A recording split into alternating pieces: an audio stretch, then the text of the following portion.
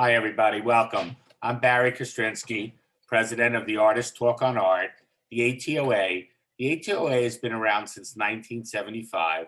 It's a 501c3. We put on talks, artists talking on art about their art. During the pandemic, we've had to move away from our location in the city, and we've gone to these Zoom, more interactive dialogues. This is our format for now. As soon as it's safe to get back together, we're going to do a mix of both Zoom online talks and in-person talks. For now, you can see everything you want to know about us on our website, atoanyc.org. You can see a link to our YouTube channel where this talk and previous talks have been captured, and you can watch at your leisure. And you can see our calendar, which will tell you what's to come in the following weeks. And we are pretty much booked through September and even October. But always, if you'd like to present, reach out to me, whether you just want to show your work amongst others that I'll mix together, or if you have a theme that you want to develop, reach out to me and we'll put it together and we'll make it happen. Today we have CIMA presenting, the Center for Italian Modern Art. They're located in New York City. They've been around since about 2014. They have an interesting mission. I am going to let the presenters sort of tell you more about the organization than I possibly could. We have Marica Antonucci presenting, Carlotta, Vacchelli, and Virginia, and this is the one I can't pronounce at all, Virginia Magnaghi. That's perfect. Whoa, 1 out of 3 is not bad. So, welcome. Nice to have interesting discourse. Everyone, keep in mind, I'm going to look to mute everybody at the beginning, and then the speakers unmute yourself, and you'll be doing screen sharing. If you ever want to speak, go ahead and mute yourself, ask a question. You can always throw it or make a comment. You can always throw it in the chat as well. But know that we hear everything in your room when you're not on mute. So if you're on the phone or you're doing stuff, so do your best. Welcome. We have several board members present. Francine Kornfeld is here. I see Fran Beeler. And if I'm forgetting one, I'll just announce there's one more I'm forgetting, but I don't see him. So welcome to the board members of the ATOA. If you'd like to contribute, all of our talks are free, but we do have a PO box. You can send checks in. You can look on our website. I can take credit cards, however you like to support us. And thank you. Many of the artists here have supported us. Let's go ahead. Marica, you go ahead, introduce yourself and do a much better job of telling me about CIMA. It's quite an interesting intellectual philosophy and pursuit, I would say. Great, thank you so much, Barry. Like I said, I'm Marica Antonucci, and I am a fellow at CIMA, the Center for Italian Modern Art. And before I go any further, I will share my screen.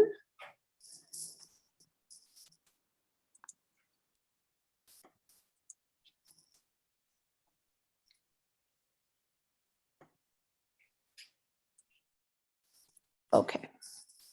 So what you're looking at here is the outside of CIMA, the exhibition space. It's located in SoHo in Manhattan, and it's the Center for Italian Modern Art. And it is a, here we go. It is a space and organization dedicated to the study and exhibition of Italian modern art. It was founded in 2013 by our president, Laura Mattioli. And since then, it has been putting on a yearly exhibition dedicated to either an Italian painter or a movement, a significant movement of the 20th century. And what you see here is a view of the space from 2015-2016 season, which was dedicated to the painter Giorgio Morandi. Other artists that have had exhibitions at CIMA are Alberto Savigno, Giulio Paolini, and also metaphysical artworks, including Giorgio de Chirico and others. And part of CIMA's mission is to have a fellowship program in which I am a part this year, along with Carlotta and Virginia, who will be speaking to you shortly. So at the moment, the exhibition at CIMA is dedicated to the painter Mario Schifano, and you see here an installation view of what's currently up. We are currently open and would love to have you visit if you are in Manhattan. It's very easy to book an appointment or have one of our guided tours. And so before we actually start looking at some of the works themselves, I'd like to tell you a little bit about Mario Schifano himself, so the subject of our exhibition this year. So Mario Schifano, which you see pictured here on the left-hand side of your screen, is a painter who was born in 1934 in Homs, which in Libya, which at the time was an Italian colony. He died in 1998 in Rome. And his family returns pretty quickly to Italy from Libya. They return in 1941 and they settle in Rome. And Mario grows up there and spends most of his adult life there. So Rome becomes really his main base of action. What's interesting about Mario Schifano is that he has no formal artistic training. So he didn't attend any art academy or study with any artists. He really begins experimenting with art making while he's working at the National Etruscan Museum in Rome, which is a job that his father organizes for him because his father is an archaeologist. And so he gets him this job at the National Etruscan Museum. But Skifano is not particularly so interested in working in the museum, and he finds himself beginning to experiment with art very close to what's going on around him artistically and culturally, which we'll see in a moment how it relates to the specific artistic milieu. So he begins exhibiting in 1960, and he achieves major success throughout the 1960s and beyond. And at CIMA, we're focusing on the early years of his career, and particularly the connections that he has with the United States. So connections with particular artists from the United States, gallerists, as well as his own interest in the US products and consumer culture that are being imported to Italy at the time following the post-war economic boom, which is known as the economic miracle. It's a moment in which Italy is recovering from the war. There's a massive influx of American aid in the form of actual materials as well as financial aid, which allows the country to industrialize extremely rapidly. And so Italy moves from a mostly agricultural economy to an advanced industrialized nation in a very short amount of time. And in that moment, many, many jobs are created, which leads to the development of a significant middle class, which has a good amount of disposable income and becomes a market for a rapid influx of US products, Coca-Cola being one of them. You might recognize the logo here of Coca-Cola, which we'll see a bit later in the presentation. So Mario Schifano becomes very interested in the world around him, which is rapidly changing and very, very increasingly tied to the United States in many ways. And so CIMA's exhibition really tries to look at the various ways in which this is manifested in his artistic practice of his first few years. So just a few words about the artistic context in which Skifano finds himself working. As I said, he doesn't have any formal artistic training, so he really starts to absorb what's going on around him. And you may already know that the dominant art trend of the post-war period in this time, from the 1940s through the 1950s, is what's known in Italian as informale, or in English, you might know it as abstract expressionism or action painting. So on the left, you have an example of an American artist who is exemplary in the genre, Jackson Pollack. You may have seen him. And his work is very gestural, very expressive. And if you recall, the way in which he was making his paintings was he was placing the canvas directly on the floor and really throwing the paint onto the canvas as well. So really thinking about the artistic gestural presence that remains on the canvas, as well as the force of gravity as something that creates the image. So the image that we see is actually the result of the painterly action, the painterly encounter with the paint and the canvas. And on the right-hand side, you see an example of an Italian artist associated with informale, Ennio Morlotti. And here you see, like the Pollack, it's mostly abstract.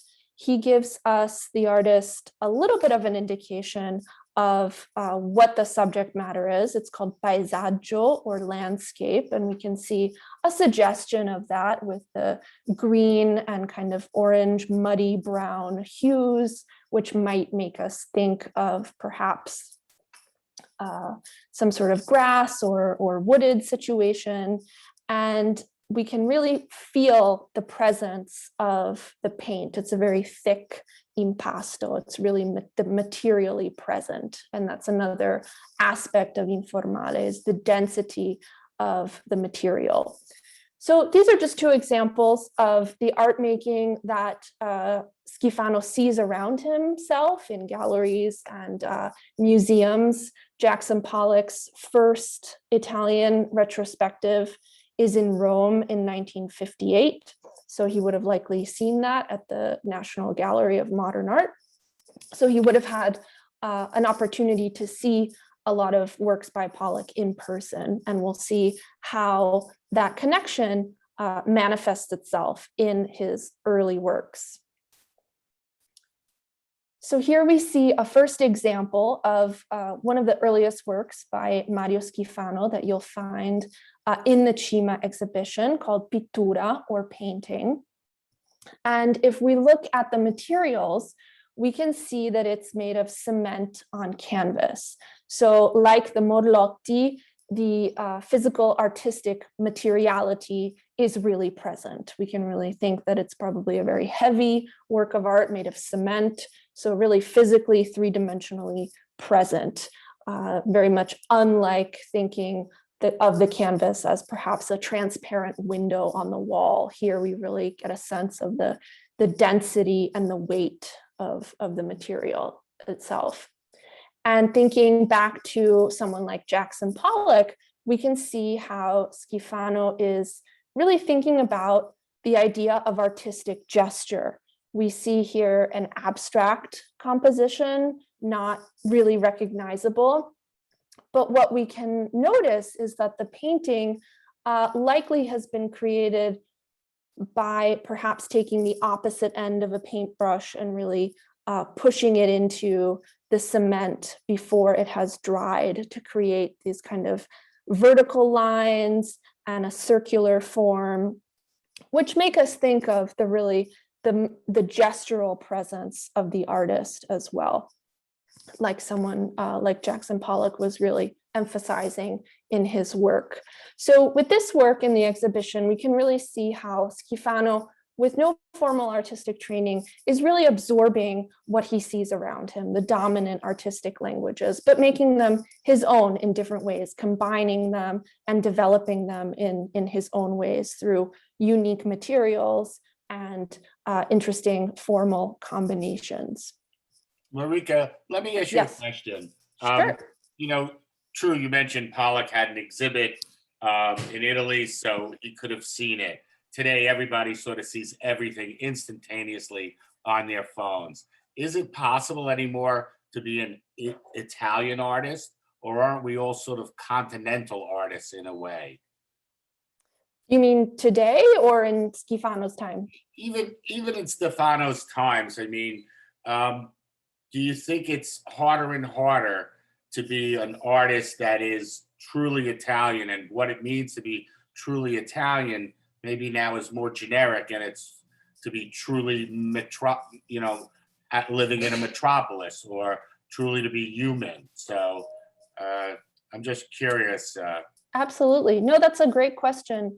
So it was a bit more difficult than it is today to get information about contemporary art sources. In the 50s and 60s, a lot of artists relied on photographic reproductions in magazines and things like that. Certainly today, it's much easier. And the idea of thinking about nationality in today's globalized world is a really interesting concept, because, like you said, what does it mean to be Italian today versus in the 1960s, which was also a moment in which to be Italian was undergoing a fundamental shift, because one could argue that during the fascist regime and during the war, the country was pretty isolated, and then all of a sudden after the war it becomes opened up on a much more international scale. So I think the idea of being Italian, we might see a bit later when Skifano starts to reflect not only on American culture, but also on his own culture. And I think Carlotta might be telling us a little bit about that later, when Skifano starts thinking about the cultural icons of his own time. But certainly it's in a very critical, I think, pretty interesting way. So it's a great question that's going to directly lead into our next presentation. So thank you for that question. Can I interrupt for a second? Sure. What is, at that time, I'm thinking of Tapies and his sort of same thing with the sand and the cement and this kind of work. And I'm just wondering, can you place the dates? Do you have any idea of the dates of Tapies, or does anybody else have the dates? Just sort of curious, because this piece particularly reminds me a little bit of some of his work. That's a great point. Certainly it was, an approach that various artists were using, thinking about sand and the materiality of paint. And you have people like Tapies, who was pretty known in Italy at the time, and also someone by the name of Uncini, who was using cement as well. But I'm not sure if maybe Virginia might know the dates. I don't know precisely the dates, but I definitely know that in the 50s it was already known in Italy as tapia. That image was there, and the French critics were really connecting that French world with the Italian one, going to Rome. So that definitely is a point. Right. So definitely through Michel Tapier, the critic, and Tapies, the painter as well. Definitely two figures known in the Italian art world. I think we have yes, born 1923, exactly. I would agree, though, with the question. The work sort of has more of a European abstract expressionist feel to it than American abstract expressionism. Absolutely. Also, someone like Alberto Burri at the time is experimenting a lot with materiality. He's using burlap and other everyday materials. So certainly it's in the air, and definitely something that artists are experimenting with. So another key date is 1960, which is the year that Mario Schifano meets Ilania Sanabend, the gallerist, who puts him in contact with the American artists Jasper Johns and Robert Rauschenberg, who, like Skifano himself, are really interested in thinking about how to move past abstract expressionism and the gestural painting of the 40s and the 50s. And so through these contacts, we'll see in a moment, Skifano's work really changes and evolves to go into these new directions. And so what are these new directions? So it's much more a focus on everyday life and everyday materials. So not necessarily abstract anymore. We do have some expressive gesture left, but like you see on the left-hand side with the work by Jasper Johns, we do see the expressive gesture in the paint handling, but the subject matter is a really quotidian set of numbers. So something like you might find walking down the street on an address sign or something like that, or really something you might encounter every single day. Whereas Rauschenberg at this time is also interested in everyday materials. He's using sand and paper, which is also something that Skifano will start to use, and making these very interesting collages with these very textural qualities. I see we have some comments. So, yeah, very, very keen observation.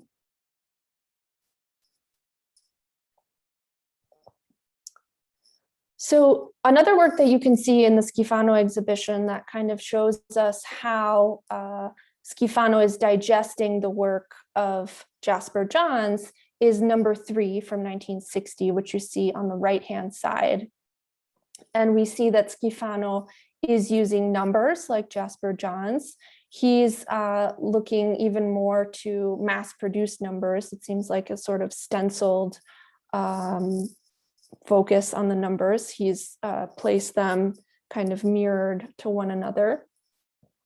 And what we can see is the beginning of what will become a pretty distinct use of material for him. He begins to work no longer on canvas, but directly on paper laid down on canvas. And particularly, he starts to work with packing paper. So the sort of brownish paper that you might get at any type of maybe hardware store or something, where they might wrap up something that you have bought. And he starts to use that as the ground for his work. And then he paints it more or less sometimes. So this is one work where we can see him thinking about Jasper Johns that he's met, whom he's met through Sonnabend. Marica, let me ask you a question. Sure. Art Povera, is he a precursor of Art Povera? No relationship? It certainly has like a bit of a data field, a bit of a almost science field with natural materials. I don't know if they did any sequencing and how they exhibited, but it certainly has an edgy conceptual read. Absolutely, that's a great point. He's a little bit older than them, but certainly one of the figures that they looked to as a pretty experimental artist of the preceding generation. So the Arte Povera artists are either his age or younger, and a lot of them are working in Turin, so a different city, but some of them are in Rome. But definitely they take up this idea of experimenting with materials, with thinking about genre and different ways of exhibiting. And like you said, the serial numbers, like someone like Mario Merz. So he's definitely in the lineage of people that the Arte Povera artists would have been aware of and certainly looked to as an important figure preceding them. Absolutely, yeah.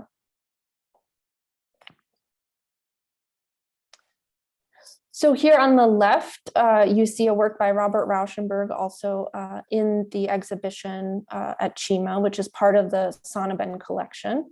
And on the right, you see a work by Mario Schifano from 1961, Untitled, where we see that the same type, a similar type of composition has been used, the sort of rectangular composition where we have a horizontal band at the bottom with sort of a rounded rectangular encased in a larger rectangular form. And again, we have this emphasis on expressive gesture in the way the paint handling is present.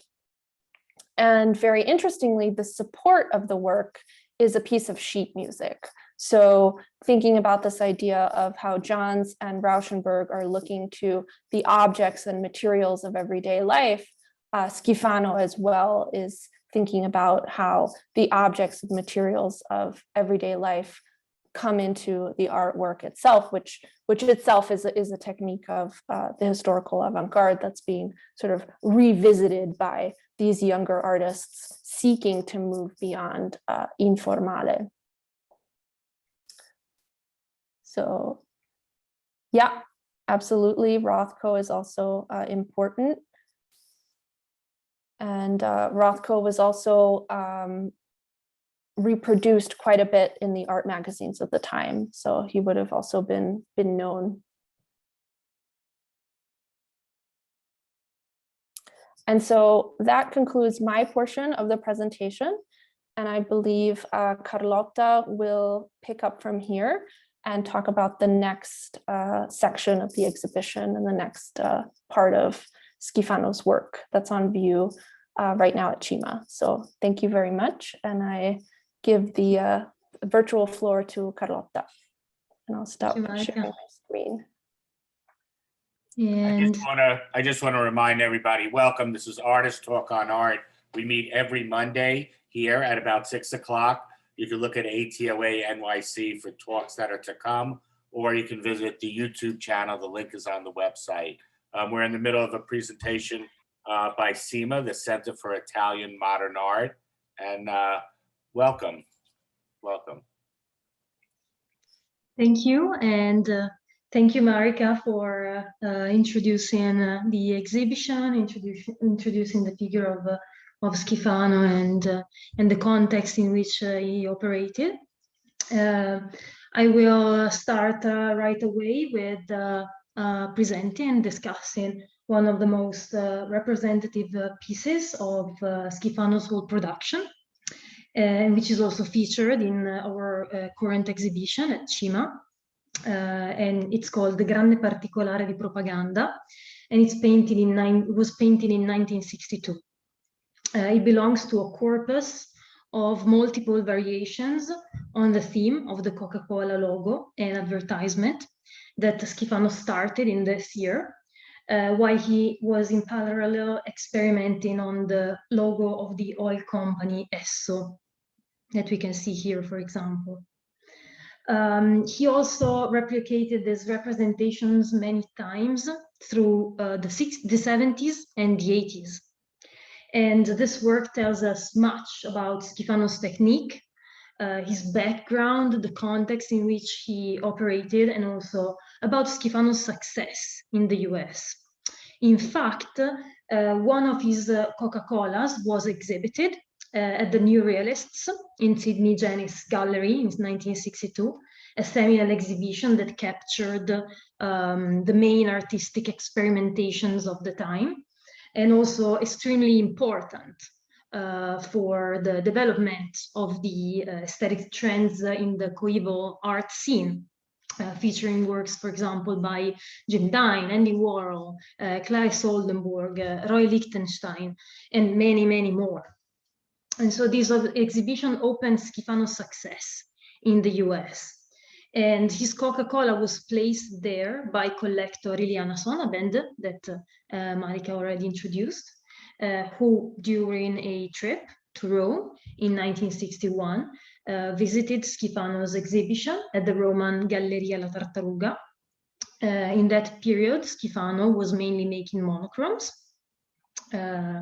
very much appreciated by Sonnabend, who immediately bought some of them, such as the one that we have here, currently on view at CIMA. And so the Coca-Cola variations represent, therefore, some of the first examples of Skifano's progressive transition to a more figurative style, which characterizes later production. And Skifano, of course, and also, as we heard earlier, was deeply impacted by the coeval American art, and especially by Jasper Johns and Jim Dine, that he very much admired, and also mentioned at his models in an interview in 1968. And these artists were at the center of the artistic debate in Italy, and especially among the Roman artists. To the contrary, Andy Warhol's Coca-Cola did not play a direct influence on Skifano, who at the time did not know about them, and as they were not circulating in Italy yet, when Skifano completed these first pieces on the Coca-Cola in early 1962. And so Skifano's and Andy Warhol's Coca-Cola naturally are very closely related, as they indicate similar developments in art on an international level. Carlotta, yeah, sure. Carlotta, I'd like to point out that in Schifano's work, the importance of the splatters that sort of break that horizontal line, the red and white drips, the importance of that, I know it as an artist, but it was Arthur Danto, the famous Warhol critic, who pointed it out to me. And in this comparison, in a way, you can't see how opposite these works are, even though at times Danto is praising Warhol for his drips and splatters, the little elements. Here, you have mass production lined up, labeled Coca-Cola on the right. On the left, you have more of a micro view. You see an expressionist hand. They're very opposite, yet they're pulling from the popular culture. No question about it. And you wonder who did work in Pepsi? Nobody. It's all about Coke. So, well, thank you, precisely. Of course, as we were saying, they are like, on one side, they indicate similar developments in art, but they are naturally very different, as Skifano is interested in depicting fragments of the logo rather than replicated.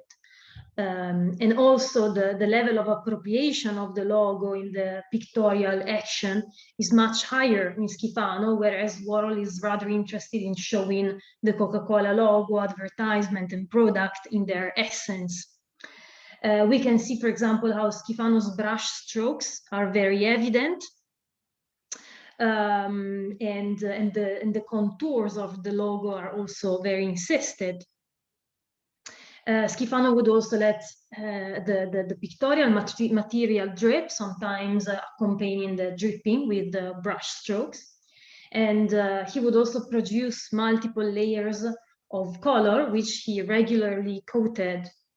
And so the irregular surface and the reassessment of the surface as a physical presence are key points to frame Skifano's artistic operation. And this work shows also the typical technique employed by Skifano through 1960 and 1964. And in fact, most of the works at our exhibitions are characterized by this use. Skifano would glue wrapping paper on the canvas and would cover the paper with enamel. He never wrote a proper manifesto, but he stated that this was his technique. As we can see from this quotation, suggested by memory, I begin it, already knowing it, I elaborate it, using on the surface glue, paper, enamel.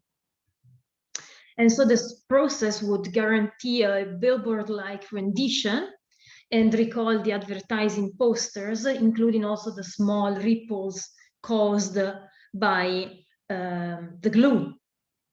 And so this work puts us therefore in the direction of Skifano's attention towards the urban landscape, which is at the heart of many of his monochromes featured in our exhibitions, whose geometrical shapes often recall traffic signs.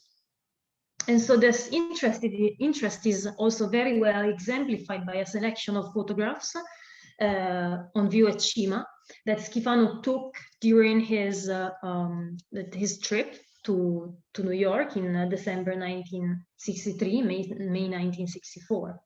And these shots show what captured his attention, often featuring pieces of advertisement, commercial logos, traffic signs, scripts, graffiti, shop signs, billboards, etc. And also the short movie Round Trip, shot in New York, shows a similar interest. And if you come visit us, you will have the chance to see it. So in Skifano's experimentations, we only see the details of the advertisement of the Coca-Cola, and hence the title, which translates large detail of advertisement, ambiguously meaning also political propaganda. In Italian, especially in the Italian of the 60s, the word propaganda can mean both commercial advertisement or and political propaganda. And so the detail appears within a frame, and the lower band of the canvas is left empty. And this shape is the one of the instant camera picture that is a real trademark in Skifano's production. Italian artist Giuseppe Uncini, earlier mentioned, was a close friend of Skifano and an emerging artist at the time, and he said that Skifano's first camera was Uncini's own, a Rolleiflex 6x6.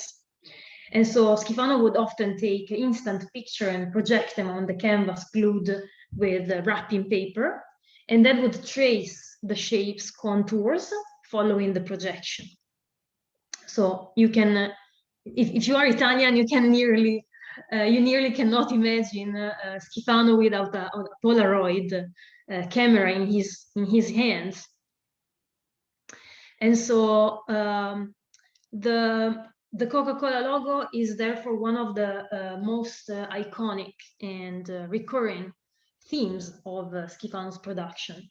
One of those subjects that made him famous.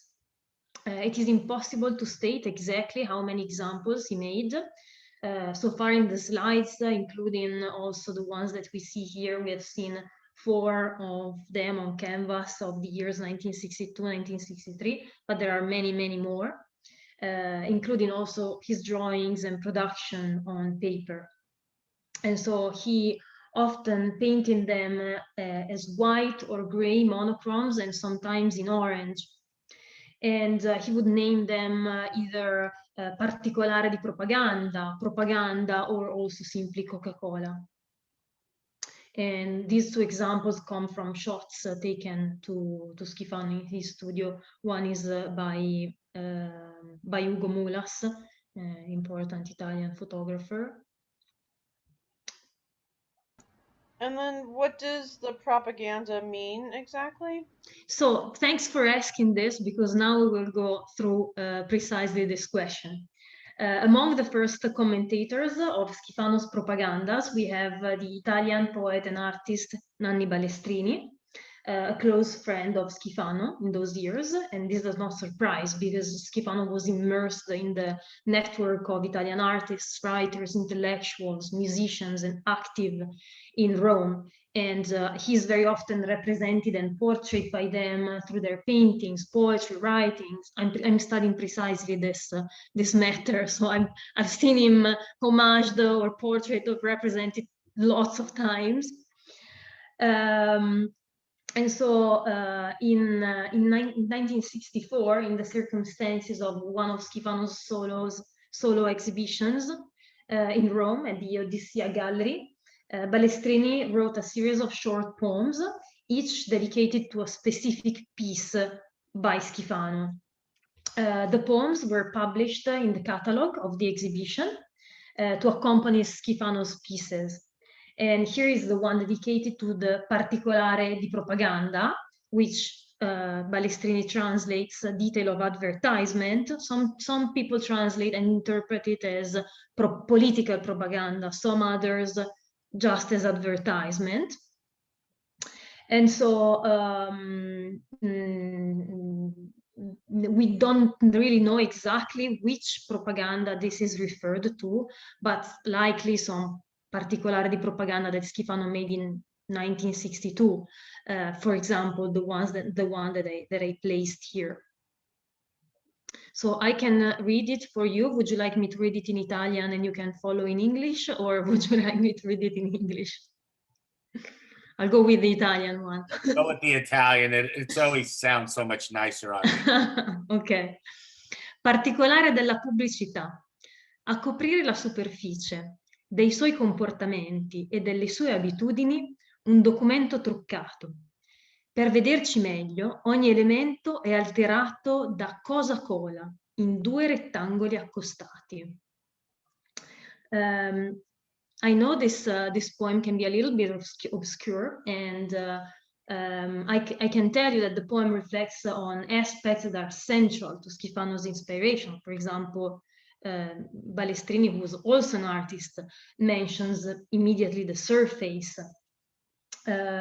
and addresses Schifano's interest towards the surface. And in some, Balestrini believes that Schifano's propaganda are a document in disguise of Schifano's behaviors and habits.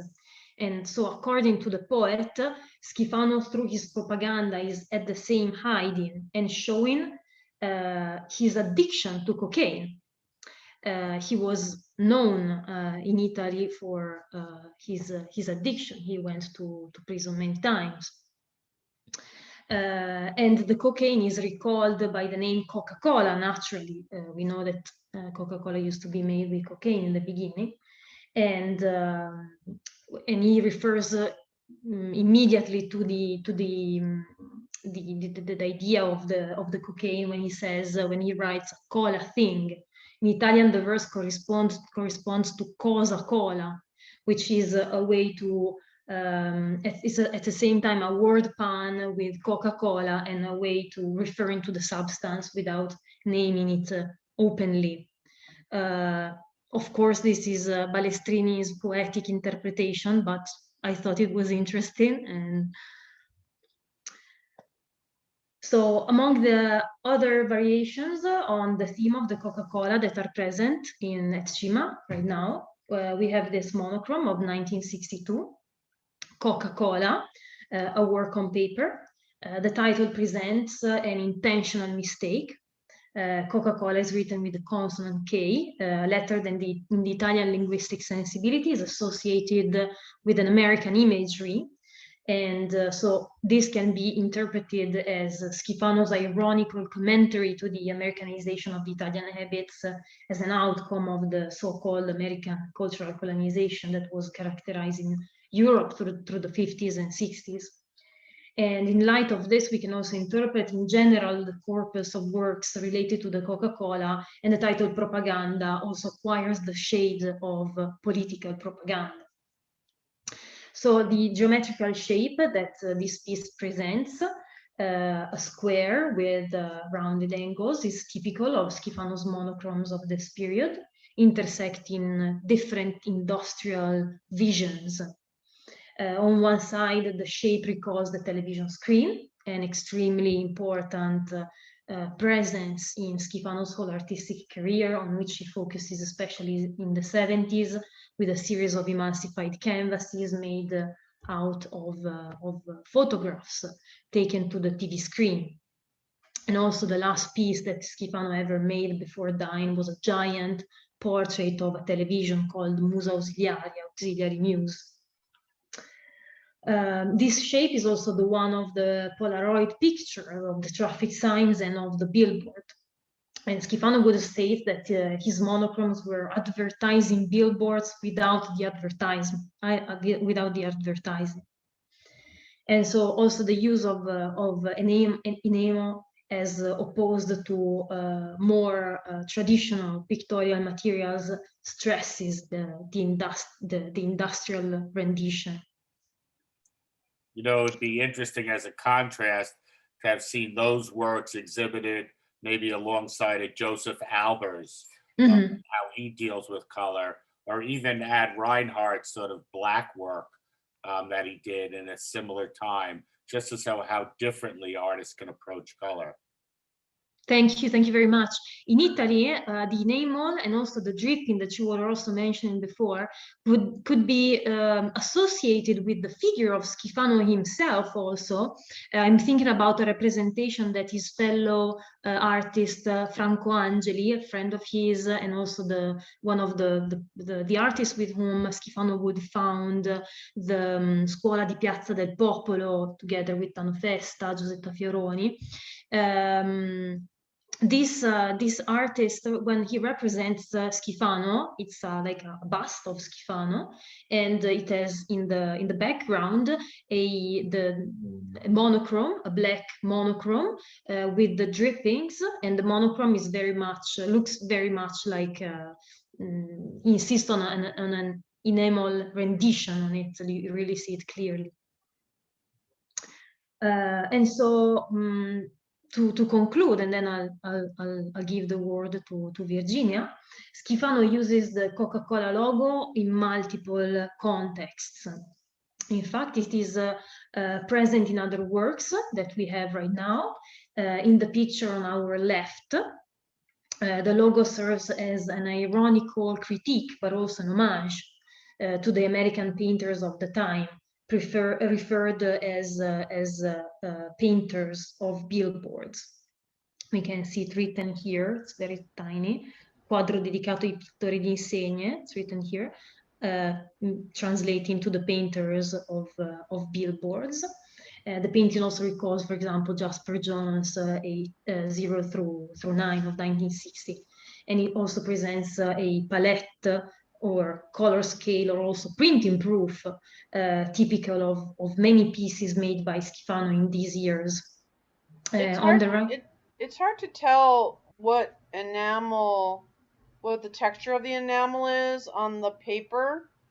Like when you see it in person, I mean, does it, in terms of its texture, what does it look like? So I Pittori di Insegna, the specific painting is a particular case because Skifano would mix the color also with the oil. On the use of the paper, the paper is not present here on this specific one because here Skifano has abandoned that style. But the use of paper really renders a bright kind of enamel, like the enamel becomes much brighter when placed on the paper rather than directly on the canvas. Did I answer your question? Okay, so would anybody else like to jump in and ask a question at this time? Feel free to do so if you'd like. I do want to ask one of both Marica and Carlotta, and of course you, Virginia. How has being a fellow at CIMA impacted either your outlook on art history, your outlook on artists, or how has it changed or impact you personally? It is very hard to see Skifano's pieces in Italy because they belong mainly to private collections. And so this exhibition has put together many pieces of Skifano that otherwise we wouldn't be able to see. And also the way that that our curator conceived it really helped us frame a specific phase, which has also been discussed by one of the most important scholars right now of Skifano, who is Giorgia Gastaldon. And so the possibility to study so close to the works and to see them every day and to keep reflecting on them every day, it's not something that happens to everybody. And so I think we're very lucky. Absolutely, I couldn't agree more. For me, the fascinating thing about CIMA is that also each fellow proposes a research project before they start their fellowship, which should be, thematically connected to the exhibition. And I think what's really fascinating about the exhibition is that spending time with the works themselves really allows you to sort of change your perception, deepen your analysis in ways that you can't really get from studying reproductions from a book as well. And I also echo Carlotta's point about where most of these works are. They're mostly in private collections, so they're very hard to see most of the time. And he's not really present in a lot of major Italian museums.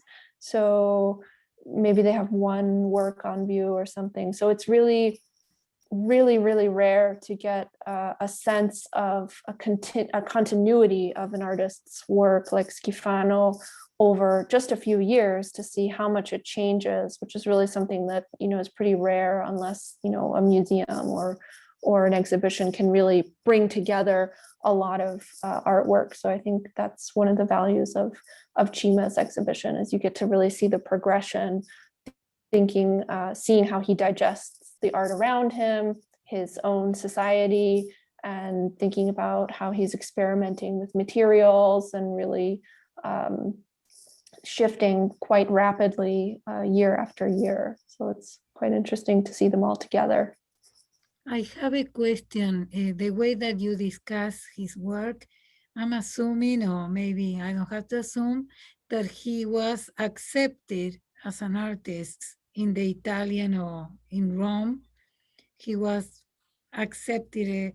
My experience with contemporary Italian artists, many of them mentioned to me that it's difficult to be an artist in Italy because of the Renaissance.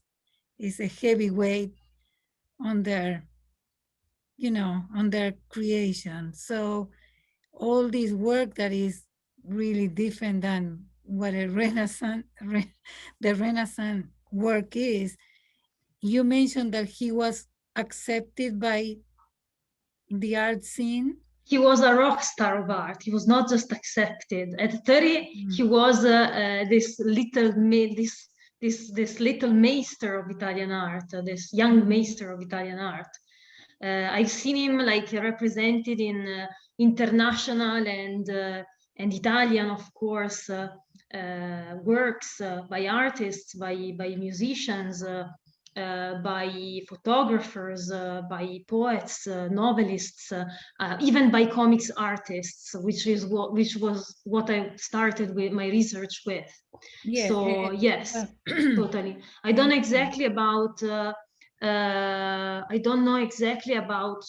how it is now to be an artist, but possibly in the 60s. There are many important figures that now has been recognized as artists. Well, yeah, thank you, Carlotta. My question was if he was recognized at the moment, that afterwards. Oh yeah, he was recognized at the moment. Okay. And most of the representations I'm studying are of the year 1964 on. So he was very at the top of his career in that period. You responded. Thank you. Thank you. And so this is a comment more than a question, but I find it fascinating to have put the side by side with the Warhol Coca-Cola, and how in many times when art movements are going on, or there are artists that are unaware of other artists doing something that is very similar, and I kind of find that fascinating. They don't influence each other per se, but they literally are doing some of the same types of work. I mean, his representation of the Coca-Cola was very different, obviously, than the Warhol, but that influence of advertisement and those things that were going on, you wonder how, if it's by osmosis in a weird sort of way. And can you tell me, is the painting that's in the slide that you have up now on the right, that has Coca-Cola in it too, down at the bottom. Is that correct? There's Coca-Cola in there as well? Yeah, that's why I placed it in our final slide, and thanks, Okay. because I was about to discuss this piece before giving the word to Virginia. And this Tutta Propaganda, the painting is called Tutta Propaganda, which is also a bitter commentary to the American products and to the spread of the American products in Italy. We see, for example, logos of companies, other enterprises such as Philips, and also this stain of black color naturally reminds us immediately of oil. This dense black color that we see behind the yellow, this yellow band that we see in the last, in the lower portion of the painting, as if like the petrol, the oil was behind the whole world, the whole reality, and so. And yes, I mean, of course, there are like also, I guess, historical reasons behind the fact that Schifano can be so closely related to American artists, and that's because he was breathing the same culture or some manifestations of that culture that were very, very present in the Italian society. And now Virginia will speak, and she will discuss in detail a series of works that Schifano produced during his journey in New York. Thank you for your attention.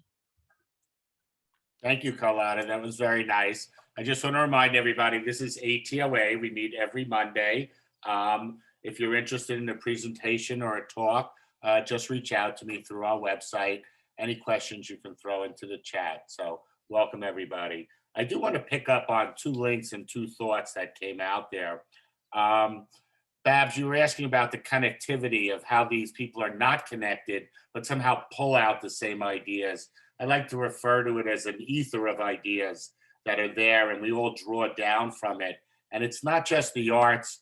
In mathematics and calculus, you had both Newton in England and Leibniz in Germany developed the same idea within a year of each other, and neither had internet. There was no interchange of ideas there. But somehow people pick up on what's prevalent now in the aura of ideas, and they're able to put together and get a forward idea. And artists can do that, I think, independently. So. Absolutely. I agree with you. It just fascinates me that it goes on more than you think. It's just somehow there's an energy. I'm a believer in that energy that's out there, and it coming into you by osmosis in a strange sort of way without you even realizing that it's happening to you. We're more connected than we realize. Welcome, Virginia. How are you? Thank you. I'm very well. And thank you also to Marica and Carlotta for their presentations, and thank you all for being here. So if you are ready, I think we can move on to the last part of today's talk, and we'll move to New York, actually, where Schifano arrives in December 1963, and he will stay here for 6 months until the end of May. He manages to travel with his girlfriend at the time, Anita Pallenberg, and they travel together and arrive here. And you know, our exhibit at CIMA is entitled Face in America, also because those 5 years of Schifano from 1960 to 1965 were a matter of face in America. At the beginning, America was arriving through magazines and through photographs and through Ileana Sonnabend.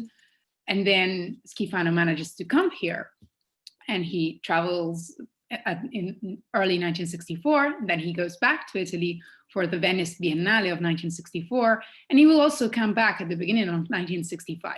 So it's a matter of face in America, arriving here, getting a little bit also disappointed, but for other aspects, I mean, also America represents a new world, and he manages to see the artists that he would know of only through photographs. He manages to see them in person, to get to know them, and to see their works for real. So this is why the exhibit has this title, which I think is very appropriate. So we'll move to maybe one of the most exciting pieces that we have in our exhibition, which is a collaboration between Mario Schifano and the poet and critic Frank O'Hara. Frank O'Hara, at the beginning of '64, was already working at MoMA, had already worked there for a lot of years, and he was a very well-known and established poet who had already collaborated with many artists, such as Larry Rivers, Jasper Johns, Grace Hartigan. He will collaborate with Joe Brainerd and Alfred Leslie, particularly in 1964. The same year he collaborates with Skifano. So whereas Frank O'Hara was used to collaborate with artists and to produce collaboration pieces, this was the first time for Skifano, I guess. And it's interesting to see how their works develop. So on the left, unfortunately, we do not have a photo of them together, but the two of them actually spent a lot of time together in 1964 when Skifano was here. And I think that Frank O'Hara found in Skifano that kind of particular figurative painter that O'Hara liked the most, like Larry Rivers. If you think about Larry Rivers' painting, you really see something that is resonating in Skifano's work. And Skifano, by 1964, was definitely a figurative painter. He would not do any more of those monochromes he was doing at the beginning that we saw with Marica, but through the Coca-Cola series that we saw with Carlotta, he would move on to a more figurative style. And that type of painting really was capturing Frank O'Hara, who was doing his best to introduce Skifano to the New York scene. And Frank O'Hara was the real introductor for Skifano to the New York scene and to the New York poets and artists whom he met thanks to Frank O'Hara. And the photo on the left was taken by Skifano, whereas the photo on the right is very interesting since it was taken in Skifano's studio at the time, which was in 791 Broadway, which means on the second floor, which means one floor below Frank O'Hara, who was living on the third. And probably this collaboration between the two of them was born in the context of 791 Broadway. So this is the collaboration. It's 17 drawings. They are all quite big. As you can see, I wrote down the dimensions, and they're quite big to be drawings on paper. So we are changing the medium now. We're moving to paper. And by now you'll see that, I know that the images are small. I will give you just bigger images, but this would just let you see the whole series together to see how rich it is of figurative themes. Obviously, the words are written by Frank O'Hara and are thought by Frank O'Hara, and the drawings are all by Mario Schifano. Why is this series so important, and why is so exciting for us to have it at CIMA? Since after they realized the series, which was probably conceived to be a book, but it was never published, the series actually disappeared in a Roman private collection. It was exhibited twice in Italy, but Frank O'Hara in Italy is not that well known, and probably the series didn't have the echo it deserved. And this is also why the scholars in Frank O'Hara here did not know about the series, which was never published. And it's the first time it's been exhibited in the US, since now it's held by a private collector who lives in the US and who accepted to give it to us for the exhibit. So let's look at the first drawing. And I think what is very interesting, even from here, is that we really understand that it's a very peculiar type of collaboration, where the two of them, the poet and the painter, actually are together on the piece of paper and work together on the piece of paper, but with two different types of actions. And it's very interesting, talking about collaboration, to delve into how they really interacted and reacted one to the other. It's difficult to call them poems, the texts by O'Hara, since they are actually mostly one line or two lines and maybe one sentence. But this is definitely the first one. When you invited me on this motoring trip, you didn't tell me I wouldn't up screaming, "Help, help," with this metaphor of the motoring trip as the metaphor of the collaboration between the two of them also. But what's interesting is how Skifano draws in all the series of drawings. These drawings are very rich. They are very materic. In Marica's and Carlotta's presentation, you've seen that the attention to material and to this materiality of Skifano is very important. And what's interesting is that this attention to materials remains also in drawings. These drawings are so rich. You see, he is totally becoming figurative. And what's interesting is how he frames his space within the drawing. He's always really careful about framing his own space, framing his own sheet into the sheet of the collaboration. Let's move to these just to see again how rich they are. The theme of landscape, the topic of landscape and of sky comes in the series and is very recurrent in the series. In the drawing on the left, we clearly see that Skifano usually draws before. Indeed, this attention to framing his own surface is clearly the sign that he's framing a space, and then O'Hara adds his text, and also the arrow that O'Hara draws and with the orange felt tip is a clear sign of the fact that O'Hara wrote after Skifano, exactly as is the little word gone, which perfectly fits into the space of the frame left by Skifano. And again, if I read to you the line, once motoring in Sardinia, so this echo of Italian landscapes that O'Hara puts in, I saw a launch line of the shore. It was the very launch of my youth. Now it is all gone, but it is never over.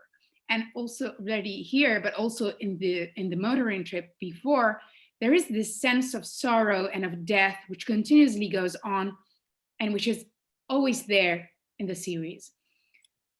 The drawing with the four skies on the right, I think it's so rich and it's almost moving. You see the attention that Skifano gives to the materiality comes out from the fact that he's also transferring pieces of newspaper, as Robert Rauschenberg was doing. So he's using a solvent to transfer the ink of a newspaper onto the surface of the drawing, which was something that Skifano had already done in his paintings in 1963. But now he does it on the drawing, on the paper, on the simple paper. And it's interesting that he has this attitude of being very materic and very rich and very, also very attentive to how the drawing is built with these layers of materials, one on top of the other. And the enamel being so rich and so deeply modified pictorially. I just put this reference to an Italian newspaper because I found maybe the image is not that clear, but the big fortune of being at CIMA and being a fellow at CIMA is also the fact that you can spend a lot of time with the works. And after a lot of time carefully looking at these drawings, I noticed that one of the newspapers that he's transferring is an Italian newspaper. And you clearly read the Corriere della Sera, which is basically the most popular newspaper in Italy also now. And it's interesting that he's in New York and he's reading Corriere della Sera because maybe he found a copy. So it was just a small detail to add. Virginia, I want to ask a question. I'm curious, for some reason, seeing the last images, Vito Acconci came to mind. Is he a pre-influence of Acconci? Is Acconci similar times, or do we just have similar ideas being expressed in different artists? I'm sorry, I didn't get the name. Vito Acconci comes. Oh, sorry. Yes, sure. Acconci comes a bit later, and it's. I'm not familiar with their relationship, but I don't think they really had a relationship going on. Especially from the late 70s, Skifano was really a solitary artist. He was a very well-known figure, very well affirmed in the market also, but very solitary. He never accepted to be part of a group, and he surely was the figure of a teacher, of a maestro for the younger, but I'm not sure we can trace a particular relationship with Acconci, but maybe if the others know. I will say, not wanting to be a member of the group, is actually a theme amongst great Italian artists. De Chirico was sort of brought in by Breton as a surrealist, but it was very much De Chirico doing his thing in Italy and very much on his own doing the metaphysical work, which you say you exhibited.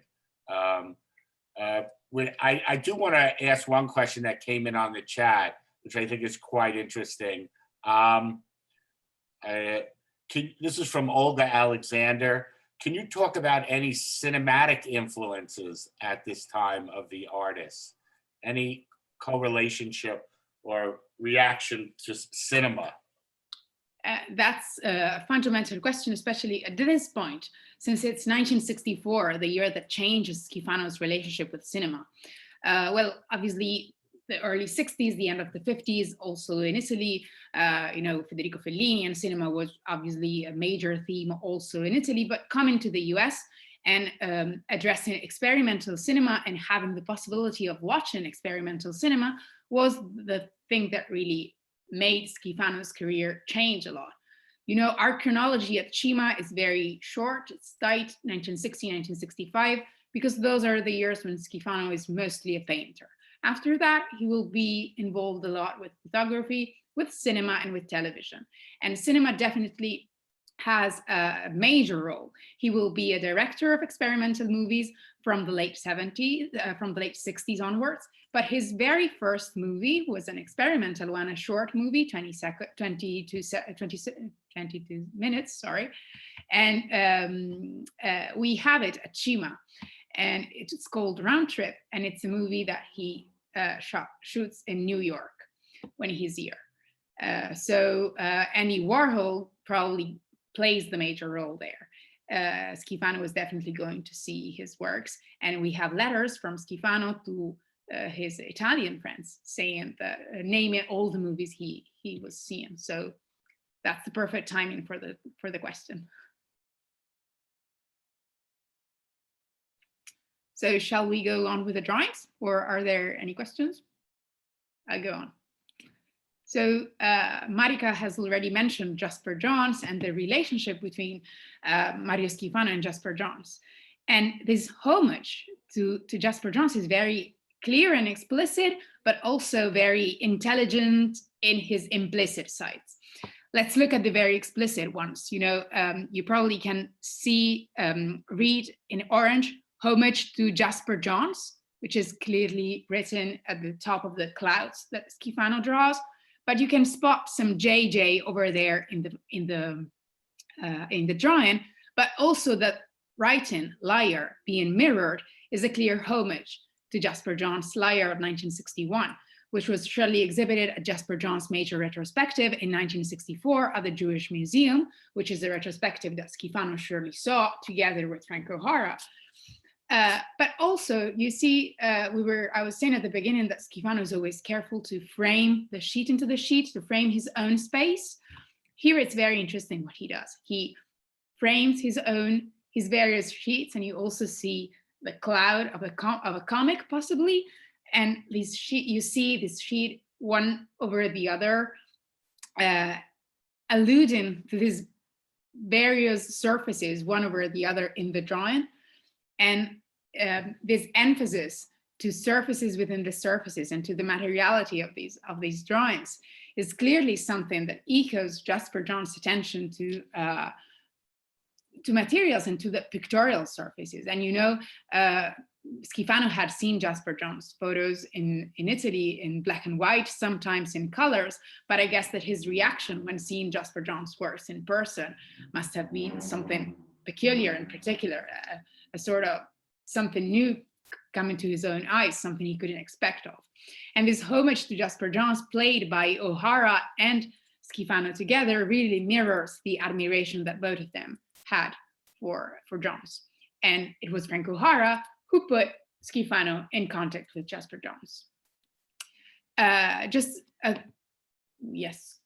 couple of things before I stop talking about these last two drawings. Schifano arrives here at the beginning of December 1963. That means 10 days after November 22nd. And the presence of Kennedy in the series of the drawings is there. I was saying also before, this presence of death and of sorrow is always there and is a trace of the whole series. As you will have got, the series doesn't have a narration, doesn't have a story going on. There isn't a proper narration, there isn't a proper order, but there is a trace of common topics coming up over the drawings. And this topic of death is definitely recurrent. And O'Hara invents this. Virginia, let me ask you, was there something in his life, in Mario's life, that made him be somewhat absorbed by death and sorrow? Is this a personal theme? I think the responsible for this death being so present is more O'Hara than Skifano in this case. Since 1964, was the year when O'Hara wasn't writing that much, he stopped writing his poems. We don't know a lot of his written works by O'Hara in '64, since he was really involved by his work of as a curator for MoMA. And what's interesting is that, O'Hara has this a reputation of this poet being always very happy, writing his lunch poems while he was getting a pose for lunch from MoMA. And these poems are usually happy, but there is also a dark side in his works, which is very interesting and very powerful. And this is mirrored in the series very well. And obviously the fact that Skifano is going back to the monochrome theme that he was using in 1960 and 1961 with this powerful red, with a metaphoric allusion to blood, we guess, makes this drawing very, very powerful. And this was just an image that I took just to let you see how this monochrome theme was something that was there in Skifano's early years that he reshapes in the drawing. And this is my final slide, and I just thought it was very interesting to frame Skifano's environment in the US during his months in New York. O'Hara was the very responsible for Skifano being so immersed in New York social life. He didn't have a big success with the galleries, since he had had problems with Ileana Sonnabend, and it was very difficult for him to make relationships with gallerists and to sell his works. On the contrary, he was very popular in the poetry scene, thanks to Frank O'Hara. And he had the chance to meet a lot of poets of the New York school, and had parties with them and had dinners with them. And we have some photographs which were wonderful, taken by Camilla McGrath at various parties that he attended, and where he had the chance to meet all of them. The drawing on the left is one of the most interesting in the series, and it's one of the drawings where O'Hara plays the big role, since everything is written by O'Hara here, who writes down a list of names, which were the names of people they liked, Skifano and O'Hara liked. And they were both American and Italian names. The first name on the left is Anita, so Anita Pallenberg, Skifano's girlfriend. But Larry, the second, would be Larry Rivers. And I'm sure that if we go on, we will definitely find names that you know. And it's interesting to get to see how Skifano was really inserted in the social life at the time. So this is the end of the presentation, and I really hope you can come to CIMA and see the series of drawings and the rest of the works which are exhibited.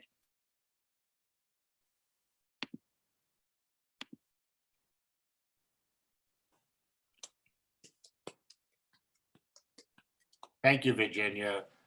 Thank you, all three of you, for an in-depth analysis. I want to open it up to a few questions, if anybody would like, or as we always say here, just statements, appreciative responses, and then I'll give a slight recap. So again, thank you so much for your time, all three presenters.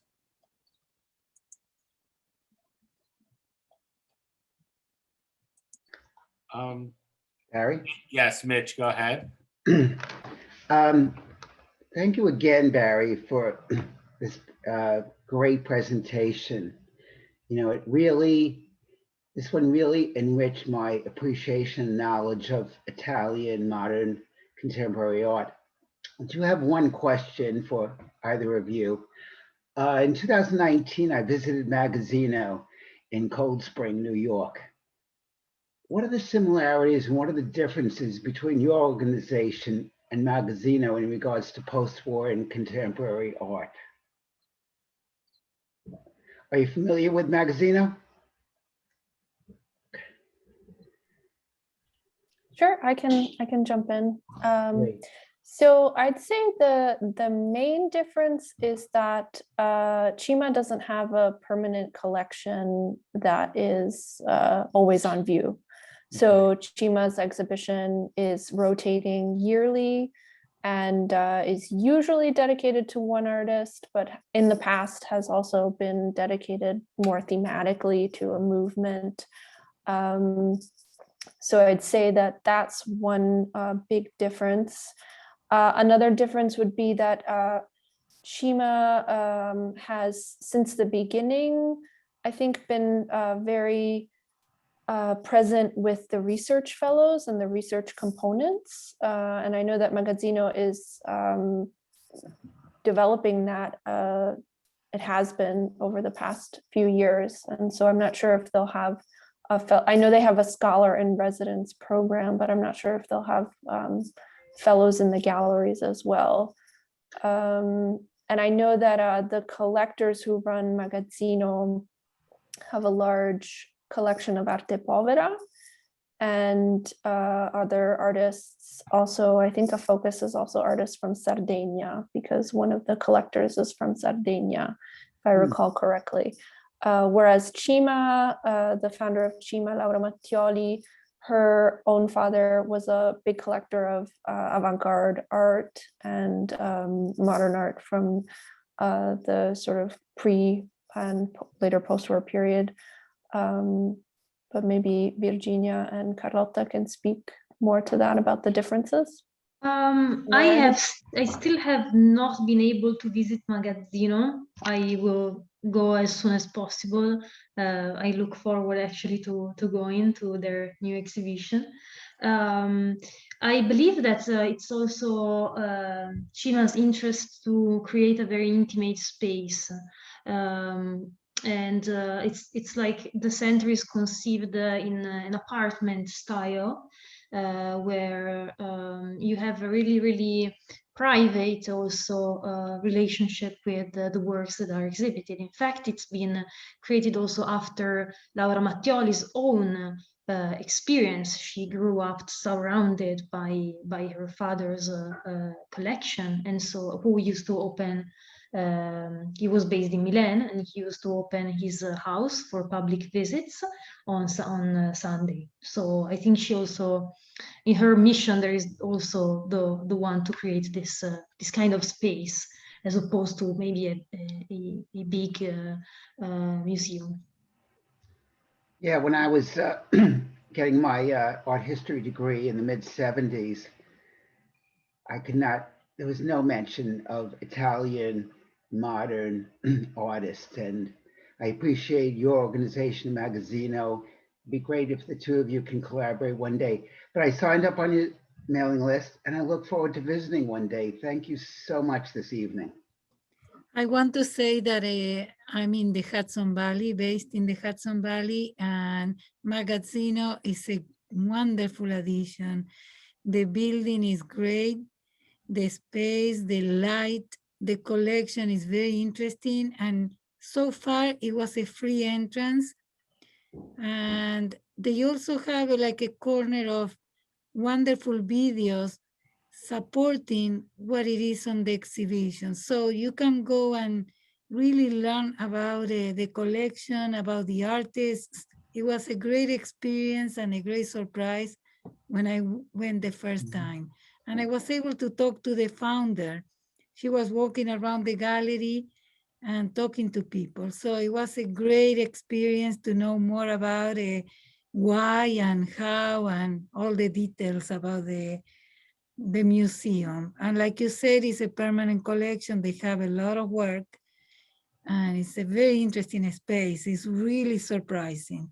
So whenever you can, Carlotta, visit, you'll love it. I'm sure that you'll love it. I look forward to going. Thank you, Yaya. Thank you. Well, thank you, everybody. Thanks for coming. And like I always say, thank you for your time. You're your most valuable and our most limited commodity. I do want to go back to a point Elisa mentioned. It's sort of the elephant in the room. When you think of Italian art, you have to think of the Italian Renaissance. And the High Renaissance is 1525. We're talking, I don't know, 500 years ago. The great Italian art movement that is post the High Renaissance in the art history books is Futurism. That doesn't come till about 1900.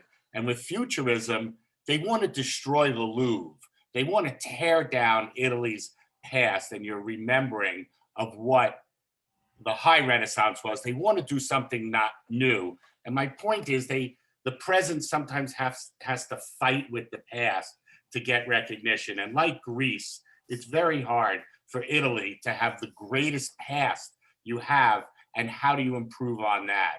I just put it out there as a thought. Certainly art povera breaks ground, and it's, in my mind, high-class international movement. On the other hand, all three historians and everybody who presented tonight was sort of working in a postmaster's way towards a PhD. They're doing art historical work. But if you notice, you're all trying to tie this Italian artist to American themes. There's almost like an American imperialist of aesthetics, because Abstract Expressionist was the movement in the 40s and 50s, pop art in the 50s and 60s and 70s. And so in an odd way, to justify your artist, you're comparing them to US artists, whether it's Jasper Johns. And yes, there was an influence, but in an odd way, that influence could have been the imperialism of ideas that, if you look, it's usually the country with the money who has the big artists. So High Renaissance, Italy had all the money. The Dutch, you have all the money in those colonies in that area. And once the US becomes the money center of the world, so does the art sort of flow there. A lot of questions and a lot of thoughts in there.